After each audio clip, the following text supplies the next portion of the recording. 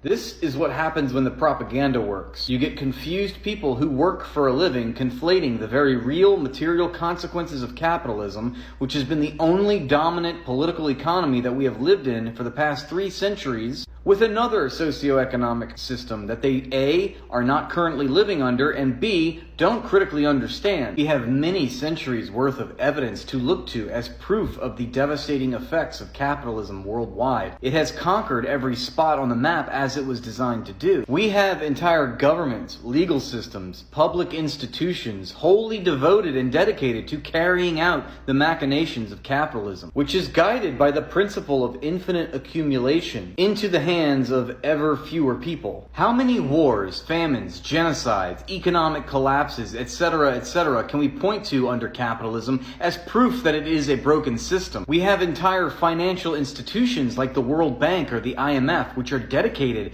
to implementing racism and poverty, and still you have scabs coming to its defense. We have what's known as an entire global south, which has been imperialized. The global north has imperialized and extracted all the resources from the global south. Capitalism created the first world, third world divide. Simpletons cannot stomach a bad word about their precious capitalism. In our society, it is taboo to think critically about capitalism, precisely for the fact of its relevance. And every time they hear a critique of capitalism, they always project and deflect and talk about socialism as a way to avoid talking about the reality of capitalism. It is the only thing that we're living through right now. We are living under capitalism, and we are calling attention to its many injustices. And to do that is to somehow go against everything that is sacrosanct in American society, as if capitalism is a religion. Every accusation is an admission, and every definition of socialism from a chud is complete propaganda. This is what happens when you allow big business to control society. They not only hoard all the resources, they control the public mind. They indoctrinate the people. They use the entire education system and mass media to propagate and indoctrinate people with the ruling class value system, the principles and culture of the rich. This is what we have inherited. When I make a point that wage slavery is indeed a form of slavery and that capitalism is just slavery with a few extra steps, I am basing that claim on hundreds of years of historical evidence worldwide across the globe. And there are different forms of slavery. Chattel slavery is one form of slavery.